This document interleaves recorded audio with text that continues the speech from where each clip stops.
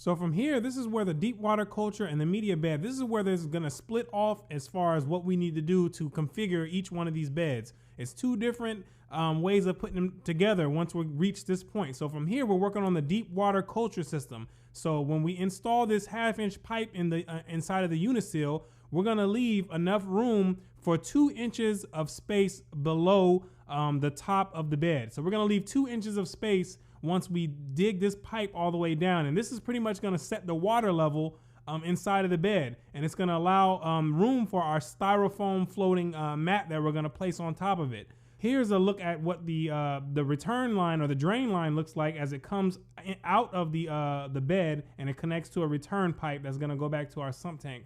So that's just a quick look at that. From here, we can begin filling up the bed. And then you can see that there's our standpipe right there. That's maintaining the water level. We're about 2 inches below the top, and we have room to place our floating raft. And basically what these are is just construction styrofoam insulation panels. These are 4 feet wide by 8 feet long, and they do pretty well. They last a long time, as long as you don't over abuse them. And there's 3-inch holes that I have cut inside of these panels, and you can space them out pretty much however far and close you want to. Here I have them spaced out every 12 inches.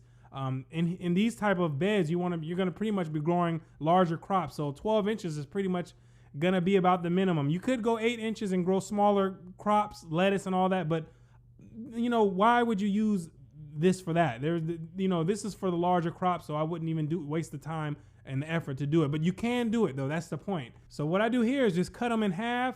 So now we have 2 4x4 pieces, and this prevents you from having to pick up one large piece and then you're gonna end up cracking it. It's just gonna happen over time. So this just, prevents, lessens the wear and tear on it, and it just makes it a lot easier for you to pick it up and harvest and put it out and do maintenance or whatever you need to do. So it's just a lot easier. So we stick them in there. It fits right in the bed perfectly. If we did all the measurements right, everything's perfect. So then we have, this is the inlet here.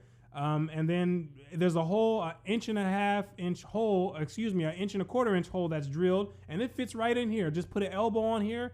This is 1/2-inch plumbing that I have here. Put your ball valve on there. We're controlling our flow. And then right now we're ready to rock and roll. We can put our plants in there. The roots go in there. This is a 3-inch net cup. Put it right in there. It's going to be absorbing nutrients. And then months later, wow, what do we have here? Was that a tree? Am I growing a tree in here or what? Look how large this thing is, man. They grow pretty well in here if you do it right. Have the right amount of flow going in. They grow very well. So, this can be the end result, and you all can do it. It's no problem. Just keep studying, keep learning, and then you'll be able to grow a tree as well. We'll be growing some maple trees and pine trees. You never know what you can grow, but I'm messing with you. But, you can grow a variety of crops and vegetables, and it's just, it's just fun to do. Just have fun while doing it. Stay positive, and boom, this is a deep water culture system, and you can add it to your arsenal if you so wish and desire to do so.